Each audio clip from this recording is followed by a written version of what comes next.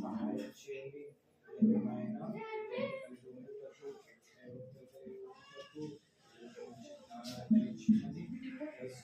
ప్రార్థిస్తున్నాము తండ్రి. ఆమేన్.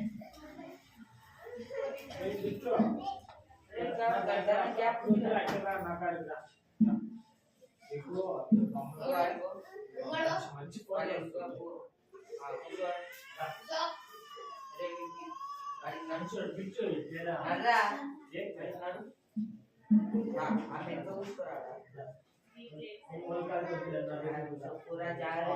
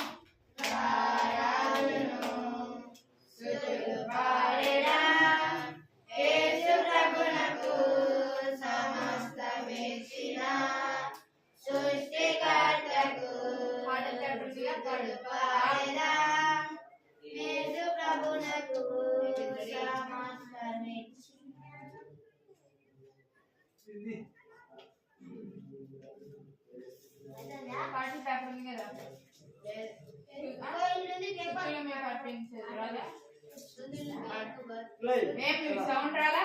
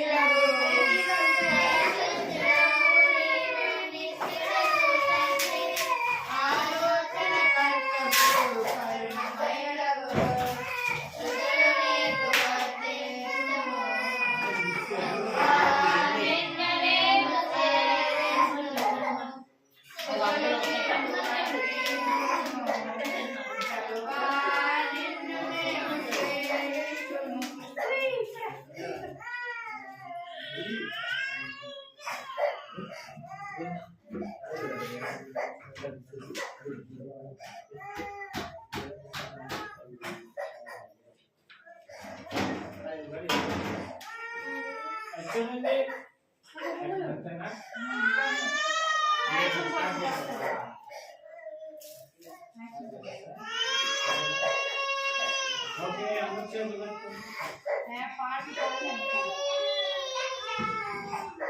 हां ए action part part action point ఆడండి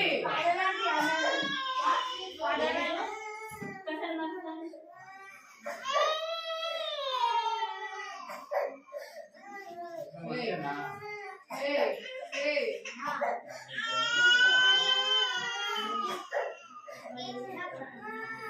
లేగో లేకుండ్రా లేవురేనా 1 2 3 ఆ స్ట్రైక్ లో action point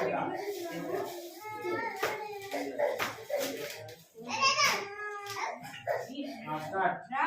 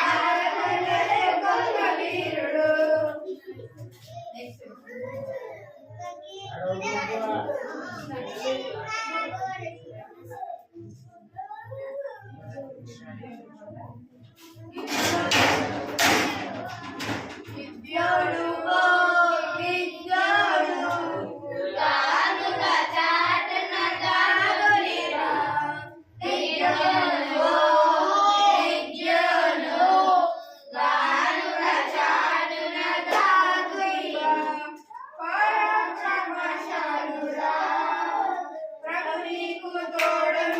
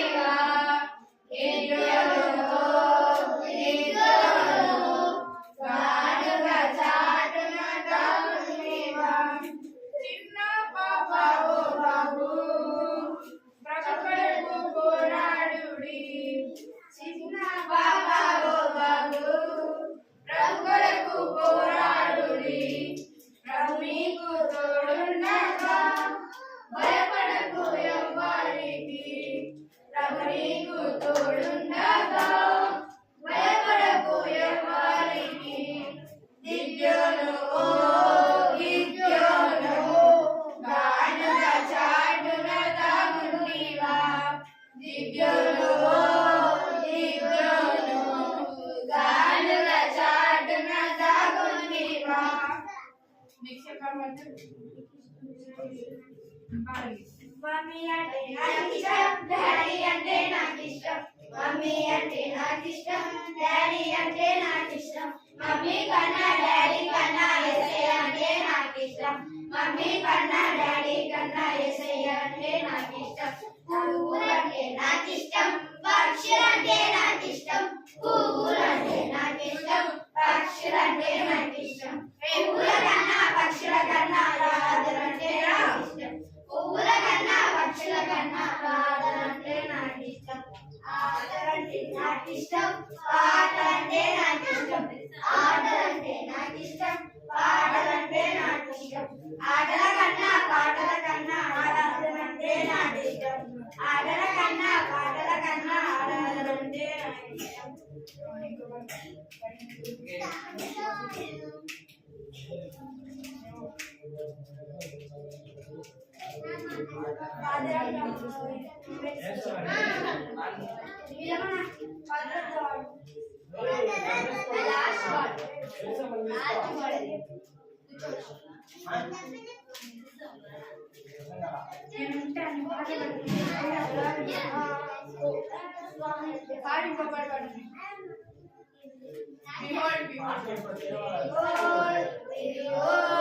I stand in the door and knock, knock, knock.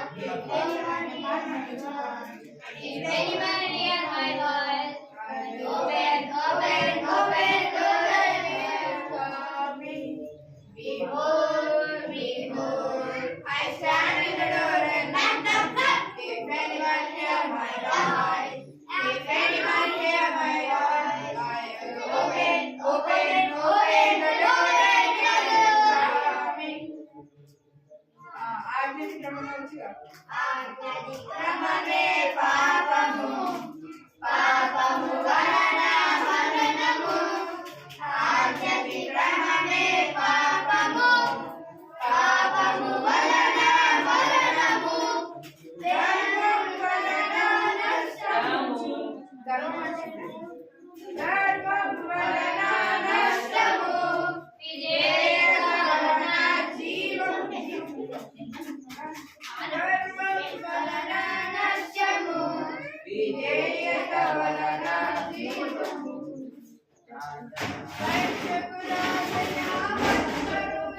విందుకు విలచెను వస్తిని పరమకు రాజనామశివను విందుకు విలచెను వస్తిని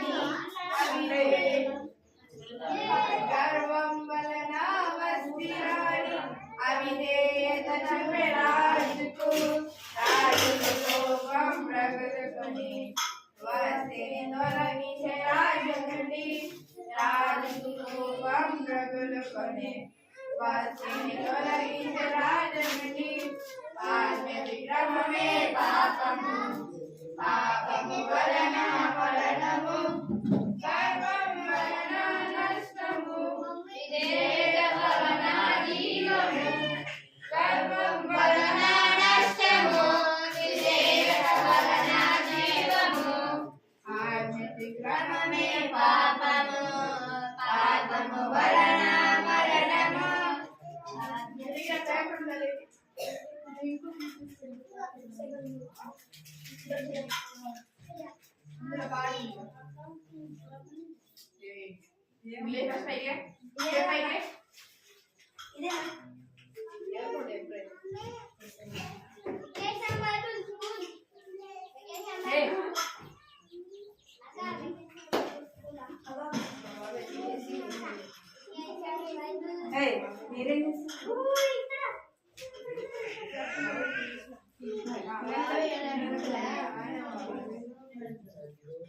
పాట వస్తుంది కదా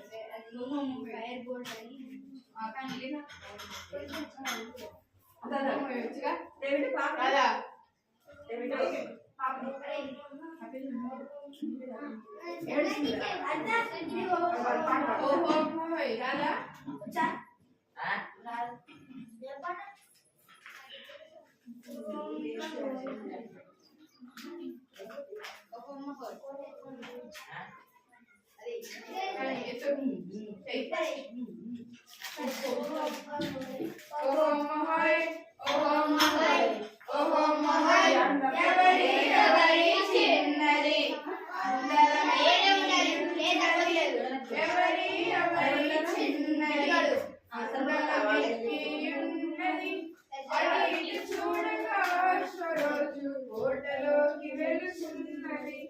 అటు ఇటు చూడగా రోజు కోటలోకి వెలుచున్నది పిట్ట తండ్రికి లోబడి బ్రతికినది నా మనసు గల చిన్నది కఠిన వేళలో దేవుని పైన నమ్మిక కలిగి ఉన్నది ఎస్తేరని చిన్నది ఎస్తేరని చిన్నది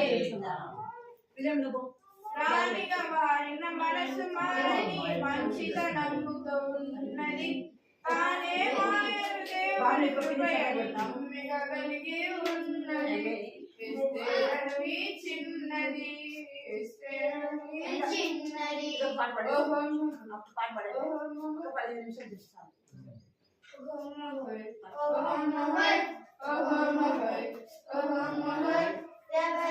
ఎవరి చిన్నది పంచలమెక్కి ఉన్నది అటు ఇటు చూడగా రోజు కోటలోకి వెలుచున్నది అటు ఇటు చూడగా రోజు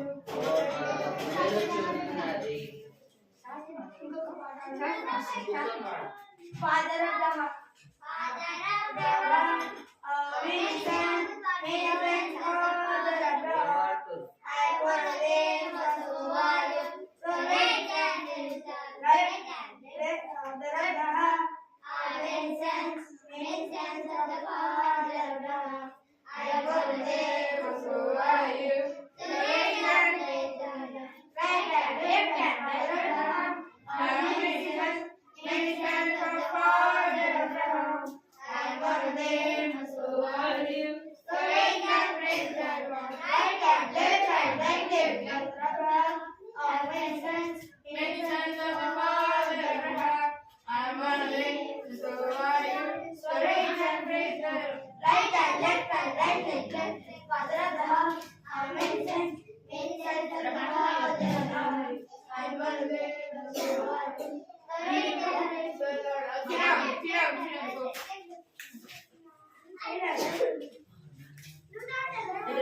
కూర్చోండి.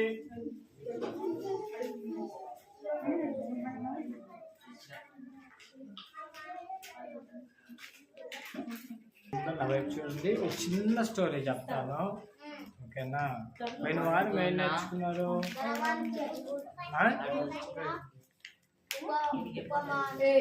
పోయిన వారం ఏం నేర్చుకున్నారు? కూర్చో హలో, కూర్చోవాలి, చేతులు కట్టుకోండి. ఏంటి ఈరోజు ఉపమానము? ధనవంతుడి కూర్చున్న ఉపమానం. ధనవంతుడు అంటే బాగా డబ్బున్నవారు, ఆస్తులు ఉన్న వారిని ధనవంతులు అని పిలుస్తారు. మరి ఈరోజు ఒక మంచి ధనవంతుని గురించి మనం తెలుసుకుంటున్నాం. చూడండి, ఇల్లు బాగుందా? ఎవరిది ఇల్లు? ధనవంతునిది. కనబడుతుందా అందరికి? ఎలా ఉంది ఇల్లు? చాలా పెద్దదిగా, చాలా అందంగా ఉంది కదా. ఇది ధనవంతుని ఇల్లు. వినాలి, నా వైపు చూడాలి. రే, చూస్తున్నావా? రే, ఇది ఎవరి ఇల్లు? ధనవంతుని ఇల్లు. ఓకే, బాగుందా? ఓకే. తర్వాత ఈ ధనవంతుడు మరి ధనవంతుకి కొంచెం బాగా పొలాలు ఉన్నాయంట. ధనవంతునికి మంచి ఇల్లు ఉంది, చూశారు కదా. మరి ఇవేంటి? ధాన్యము. ధాన్యం అంటారు. ఇందాక ఇల్లు చూశారు కదా, ఇప్పుడు ఏం చూశారు? ధాన్యం. ఈ ధాన్యము ఏమనుకున్నాడంటే, ఆ ధనవంతుడు తనకు వచ్చే ధాన్యం అంతటిని సమకూర్చుకున్నాడుగా.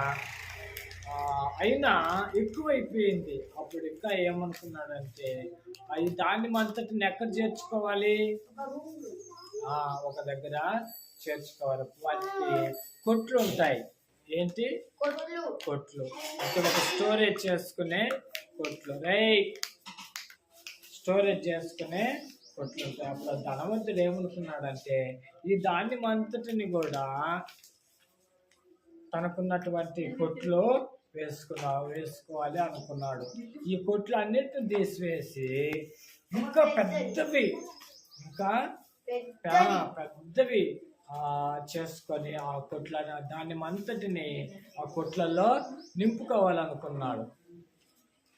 ఇంకా ఏం చేయాలనుకున్నాడంటే ఆ ధాన్యం ద్వారా వచ్చే డబ్బులన్నిటినీ కూడా ఏం చేసేవాడు, దాచిపెట్టుకునేవాడు. చూసాడు, కనబడుతుందా?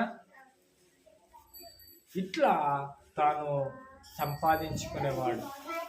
తాను డబ్బులు ఎంతో గొప్పవాడిగా అయిపోయాడు డబ్బుల ద్వారా. అయితే ఒకరోజు వినాలి, దేవుడు ఆ ధనవంతుని చూశాడా? చూసి ఏమన్నాడు? దేవుడు? ఇప్పుడు ఈ ధనవంతుడు ఒకవేళ ఈ రాత్రి చనిపోయాడు అనుకో, ఇతని ధనవంతుని ఎదుట ఏముంది? డబ్బులు, సంపాదన కదా, డబ్బులు ఉన్నాయి. ఒకవేళ ఇతను చనిపోతే ఈ సంపాదన అంతా ఏమైపోతుంది? ఎవరికి అవుతాయి? ఇతను చనిపోతే ధనవంతుడు ఇతను సంపాదించిన ధనమంతా కూడా ఎవరిని వగుతాయి అని దేవుడు అన్నాడు. అయితే చూడండి, ఈ ధనవంతుడు అంతా బాగా ప్రతిరోజు సుఖపడేటటువంటి వాడు, మంచి ఆహారం తినేవాడు కదా. ఉందా? తన దగ్గర పనివారు చాలా మంది ఉండేవారంట. ధనవంతుని దగ్గర పనివారు చాలా మంది ఉండేవాళ్ళు. అయితే ప్రతిరోజు అతను సుఖం అంటే ఆహారం సమృద్ధిగా ధనవంతునికి ఉండేది. అంతేకాదు, అతను ప్రతిరోజు తినచ్చు, తాగచ్చు, ప్రతిరోజు బహుగా సుఖపడుతూ ఉండేవాడు.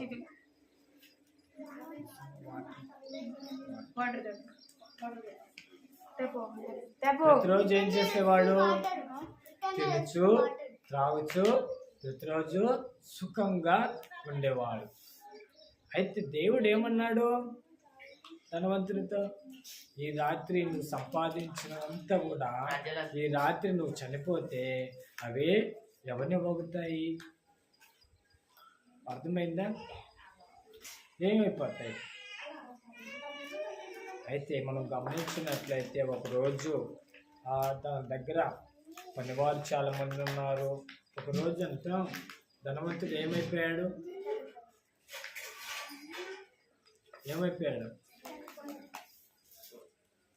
తను చనిపోక ముందు ఎలా ఉన్నాడు? తింటూ, తాగుతూ, ఇంకా తనకు ఉన్న మంచి ఇంటిలో నివాసం చేసేవాడు.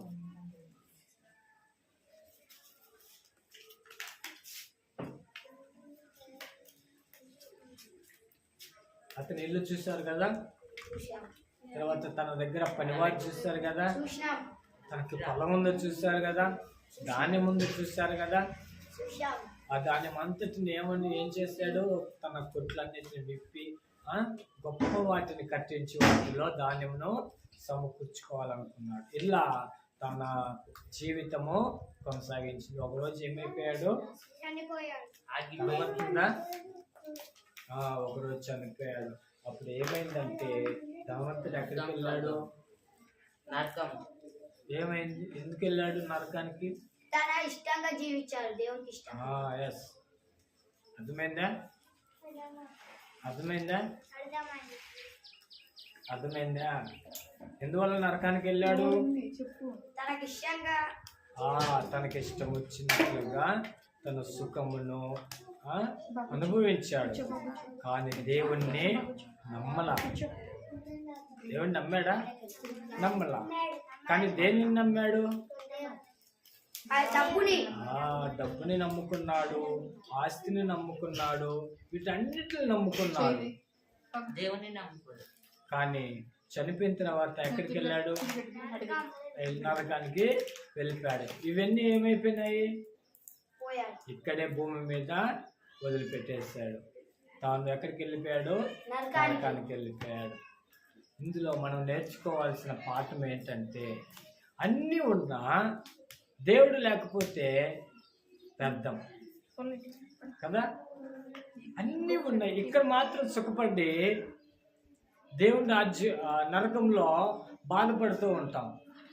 కానీ ఇక్కడ మనము పేదవారముగా ఉన్నప్పటికీ మనకు బాధ, శ్రమ అన్నీ ఉన్నా కానీ దేవుని మనం నమ్ముకుంటే ఏం జరుగుతుందో తెలుసా?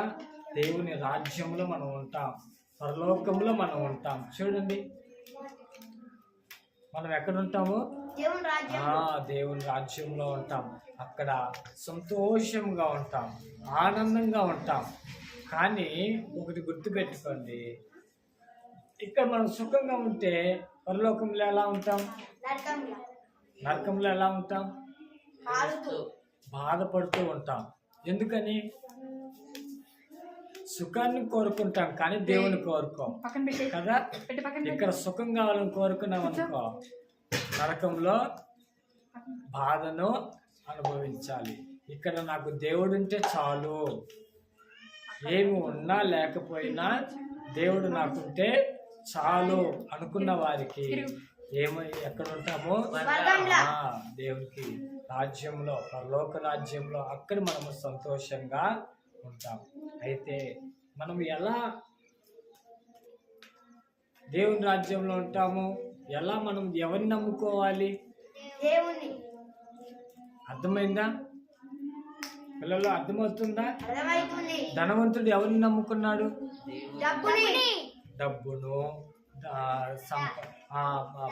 ఫలాన్ని, ధాన్యమును, వీటన్నిటిని నమ్ముకున్నాడు. మంచి ఇల్లు కట్టుకున్నాడు కానీ దేవుణ్ణి నమ్మలా. ఎక్కడికి వెళ్ళిపోయాడు? నరకానికి వెళ్ళాడు. అయితే పరలోకానికి వెళ్ళాలంటే ఎవరు మార్గము? ధనం మార్గమా? ధాన్యం మార్గమైందా? కాదు. ఎవరిని నమ్ముకోవాలి? దేవుడిని నమ్ముకోవాలి కదా. యేసయ్యని నమ్ముకుంటే చాలా, ధనాన్ని నమ్ముకుంటే చాలా. యేసయ్యని నమ్ముకుంటే మనం ఎక్కడికి వెళ్తాం? పరలోకానికి, స్వర్గానికి మనం వెళ్తాం. ఎందుకో తెలుసా? దేవుని దగ్గర ఎప్పుడు కూడా మనకు సంతోషము, ఆనందము, సమాధానం ఉంటుంది. ఈ లోకంలో మనకు ఏమి ఉన్నా లేకపోయినా యేసయ్యను మనం నమ్ముకుంటే పరలోకానికి మనము యేసయ్య మనల్ని తీసుకుని వెళ్తాడు. అందుకనే యేసయ్య ఏమన్నాడో తెలుసా? నేనే మార్గమును, సత్యమును, నేనే జీవమును. చూడండి, వాక్యం కనబడుతుందా? చదవండి. నేనే మార్గమును, జీవమును, నా ద్వారానే తప్ప ఎవడునో తండ్రి ఎద్దకు రాడు అని అంటున్నాడు. మనము దేవుని దగ్గరికి వెళ్ళాలంటే ఎవరు మార్గమై ఉండాలి? దేవుని యేసయ్య మార్గంలో మనము నడిచినట్లయితే, ఆ మార్గంలో మనం వెళ్ళినట్లయితే దేవుని దగ్గరకు మనము వెళ్ళగలమని యేసయ్య ఈరోజు మంచి ఉపమానం మనకు తెలియజేశాడు. అయితే క్షమాపణ ఎక్కడ దొరుకుతుంది? సిలువలో మనకు క్షమాపణ దొరుకుతుంది కదా. ఈ లోకంలో చూడండి, ధనము, సిరి సంపదలు అన్నీ మనల్ని ఏం చేస్తాయి? దేవునికి దూరము చేస్తాయి, స్వర్గానికి దూరము చేస్తున్నాయి. అందుమూలంగా మనం ఏం చేస్తాము? పాపం అనేది చేస్తూ ఉంటాం. పాపం వలన వచ్చే జీతం ఏంటి? మరణము.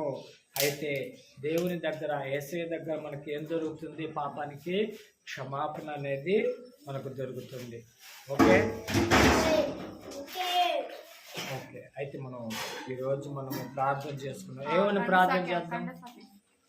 కంఠస్థ వాక్యం ఏంటి? లూకా 12వ అధ్యాయము 20వ వచనం.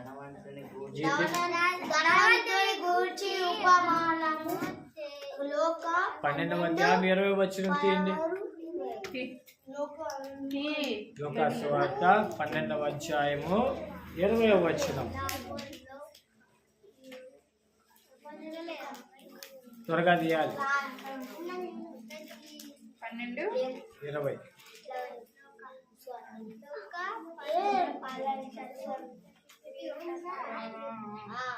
అయితే దేవుడు వెర్రివాడ, ఈ రాత్రి నీ ప్రాణము నడుగుచున్నారు. నీవు సిద్ధపరిచినవి ఎవనివ్వగను అని అతనితో చెప్పాను. చూడండి వాక్యం ఏంటి? కన్నడ వాక్యము. అయితే వెర్రివాడ, ఈ రాత్రి దేవుడు నిన్ను అడుగుచున్నాడు, నీవు సిద్ధపరిచినవన్నీ ఎవని పోగునని చెప్పాను. ఏం సిద్ధపరిచాడు ధనవంతుడు? ఏం సిద్ధపరిచాడా? ధనాన్ని, ఇంకా ధాన్యమును సిద్ధపరిచాడా? సిద్ధపరిచాడా లేడా? అది ఓకే. అంటే మాకు ఇవన్నీ ఉన్నా కానీ దేవుడు లేడు ధనవంతునికి. కనుక మనం ఏం చేయాలి? యేసయ్య ద్వారా మనము దేవుని యేసయ్యను నమ్ముకుంటే యేసయ్య ద్వారా మనం ఎక్కడికి వెళ్తాము? స్వర్గం కావాలా? నరకం కావాలా? ధనం కావాలా? యేసయ్య కావాలా? ఎందుకని?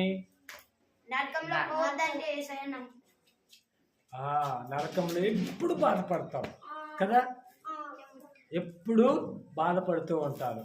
మరి స్వర్గంలో ఎప్పుడు సంతోషం. మరి ఎప్పుడో ఒకసారి దేవుని దగ్గరికి వెళ్ళాలి కదా. ఎప్పుడు సంతోషంగా ఉండేది కావాలా? కొద్ది రోజులు మాత్రం సంతోషం కావాలా? ఎప్పుడు సంతోషంగా ఉండేవారు చేతులు ఎత్తండి. ఎప్పుడు సంతోషంగా ఉండేవారు చేతులు ఎత్తండి. నాకు కొంచెం సంతోషం చాలన్న వాళ్ళు చేతులు ఎత్తదు. ఎప్పుడు సంతోషంగా ఉండేవాళ్ళు దేవుని దగ్గర ఉండాలి కదా. అర్థమైందా? ఓకే. కన్నడ వాక్యం ఏంటి?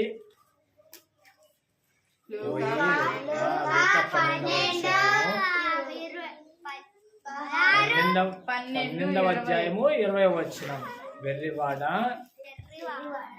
ఈ రాత్రి నీ ప్రాణము దేవుడు అడుగుచున్నాడు. అర్థమైందా? నీవు సిద్ధపరిచినవి ఎవరివి అగును. ఓకే. లాస్ట్